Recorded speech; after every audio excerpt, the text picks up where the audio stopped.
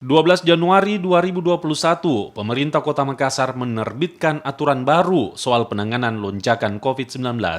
Aturan berupa SK pembatasan kegiatan masyarakat jadi langkah baru demi menekan laju COVID-19 yang sempat mengalami lonjakan. Aturan semacam ini bukan yang pertama yang diterbitkan selama masa pandemi COVID-19.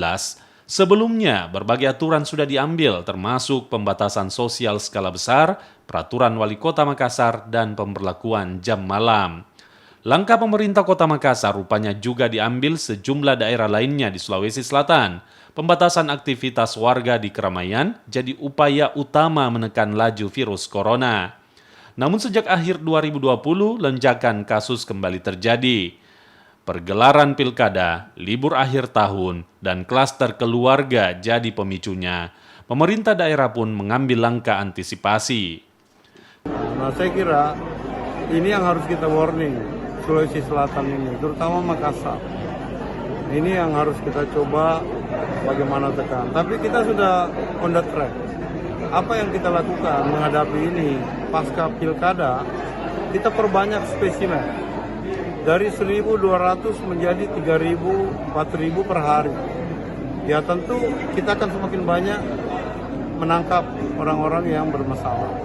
Ya, nah, kita berharap spesimen kita terus naikkan, tapi pada peaknya dia akan turun, pasti akan turun.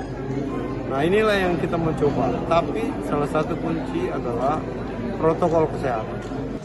Kebijakan penanganan COVID-19 tak hanya soal penghentian penularan virus corona, tapi juga soal ekonomi daerah. Dua kebijakan ini harus berjalan seiring agar perekonomian juga bisa tumbuh. Dampak PSBB itu, resiko adalah pada ekonomi. Ya, itu resikonya. Makanya harus dipertimbangkan macam-macam. Makanya kita tunggu perintah. Kalau perintah pusat mengatakan PSBB, kita lakukan. Makanya saya minta penguali kaji, apakah ada dampaknya jam malam itu dengan pertumbuhan kasus. Kebijakan demi kebijakan telah diambil agar penanganan COVID-19 bisa ditekan.